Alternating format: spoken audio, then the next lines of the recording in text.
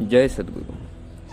आयुष्यात प्रत्येक व्यक्तीला कुठल्या न कुठल्या संकटाला सामोरं तर जावंच लागतं. पण या संकटासोबत एक जण व एक शक्ती अजून जन्म घेते.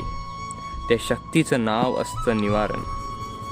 तुमच्या आयुष्यात आलेलं संकटाला ज्या वेळेस या संकटाचा जन्म होतो त्याच वेळेस त्या संकट निवारण्यासाठीचा शक्तीचाही जन्म होतो.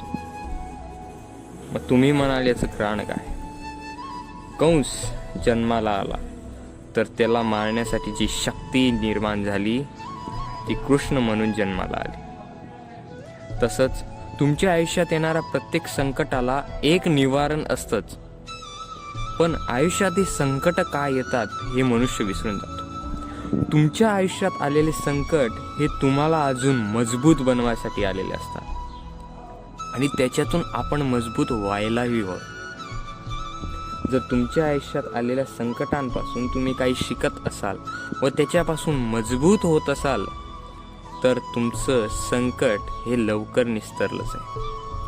आणि जर तुमच्या आयुष्यात आलेली संकट तुम्ही संकटासारखे घेऊन तिच्यातून काही शिकत नसाल, त्यातून मजबूत होत नसाल तर तुम्ही या जगासाठी संकट बनत आहात. म्हणून मित्र हो, प्रत्येक परिस्थिती व त्याचं निवारण ही सोबत जन्म घेतात हे लक्षात ठेवा. तुमचे संकटही दूर होतील, फक्त त्या संकटाबरोबर निवारण ज्या शक्तीने घेतलेलं आहे ते सुद्धा पाहण्याचा प्रयत्न करत राहा.